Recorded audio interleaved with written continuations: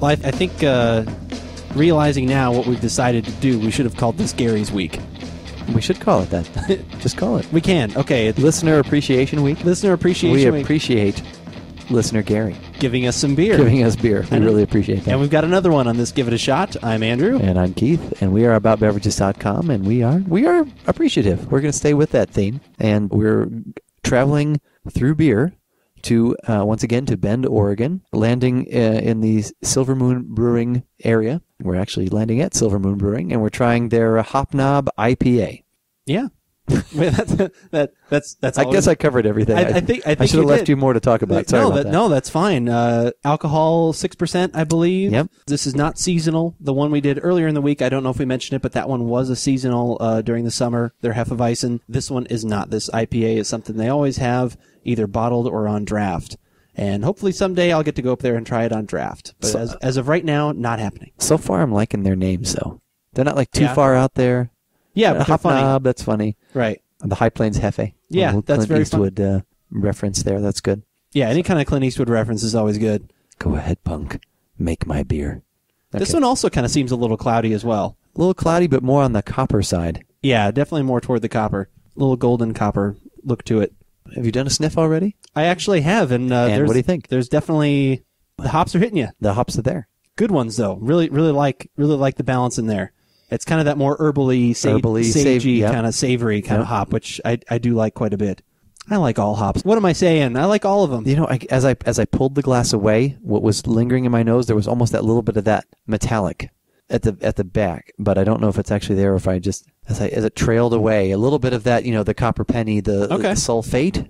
Oh, and actually one other thing to note, since I'm staring at the bottle here, is that this is actually made with 100% whole flower hops, which is not a lot of brewers do that. I think Sierra Nevada does. Yeah. Most people usually use a pelletized kind of hop, which there's different theories on both of those, but just something to note.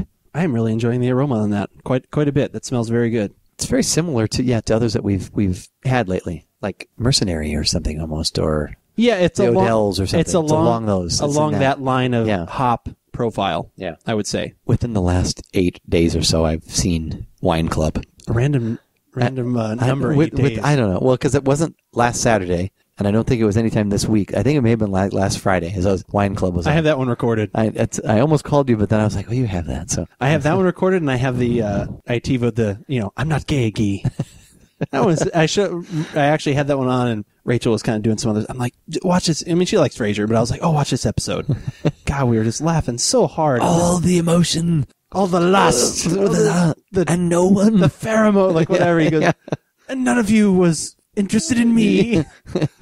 That's because usually sometimes on Frasier that can go like a little too far with I didn't know you said that. I mean, because that's really almost like a trope of that show is the whole, we didn't know that you said this, but I said this, and now we're going to talk like we both think we're thinking the same thing, but we're not, and that's fine. Like sometimes it plays out well. Sometimes it gets annoying. That one, it's perfection. Oh, yeah. Just because it's so funny, and with please have some privacy. Yeah.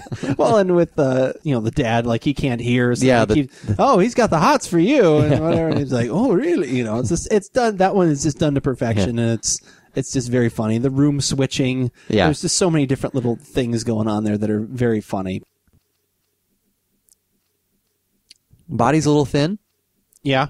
And the hop notes are there. They're not as pointed. Not as pointed, not overwhelming, but that's okay. It's kind of a refreshing. It is IPA. It's funny. And that's why you should all because there's a lot of sometimes you're like, oh, try this, and someone just takes a sip, and it may sound silly, but I'm going to say it anyway. Always take more than one sip. At least take a couple. Even if you think unless it's completely obliteratingly disgusting, always take a couple sips because unless I am scared for my health, exactly. I'm probably going to try it again. Because the first sip, I was kind of like, well, this is kind of empty. It's a little metallic, so it was kind of going in places I didn't really think I would like. But the more sips I'm having, some of those flavors are building a little bit, and I actually think it's pretty pleasant, and it is more refreshing. And I think it'd be almost more of one of those kind of like everyday kind of IPAs.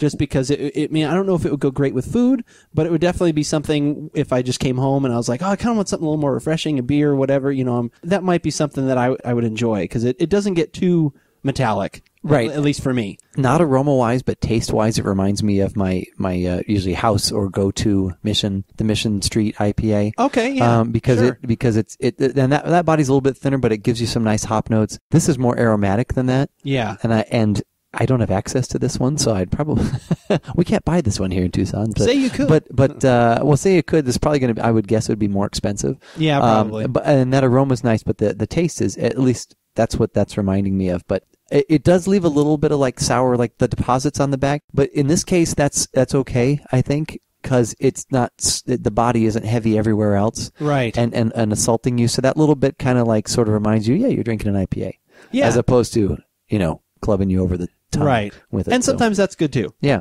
but I agree 100% with that. There's almost a little bit of the malt coming through in like the form of a caramel. There's a little bit of lip smacky on there, just a little bit. Like I'm getting kind of, but just in the back, there's a little that on the sour bar on the back of my tongue. That's kind of hanging out a little bit. And I think that's the part, like you're saying, that lets you know you're having, like an IPA, like you said. I think overall the aroma is a little deceptive of what you get in the flavor, but I'm still happy with the flavor. I would agree with that. It's kind of it's the aroma of an Odell's Mercenary or IPA with the taste of the Mission Street IPA. Yeah. Which neither one of those things are bad. How'd they do that? Yeah, they do that. And those are both good things. They're it's just they don't quite for some reason they work balance financially. For some reason they work for me in this. Yeah, it does. But in other beers I could see why that wouldn't. Like that would kind of turn me off a little bit. For some reason, I think that's actually not too bad. Yeah. All right. Well, head on over to the website at AboutBeverages.com and check out our tasting notes for this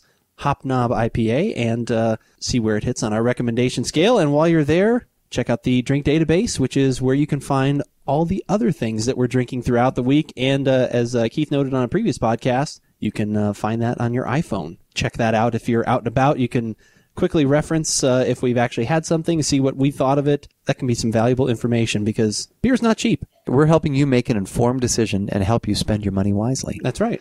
If you value our opinion, which you should. Yeah. I know I do. I value our opinion. I think we've built up enough credibility where That's right. Our opinion is valid.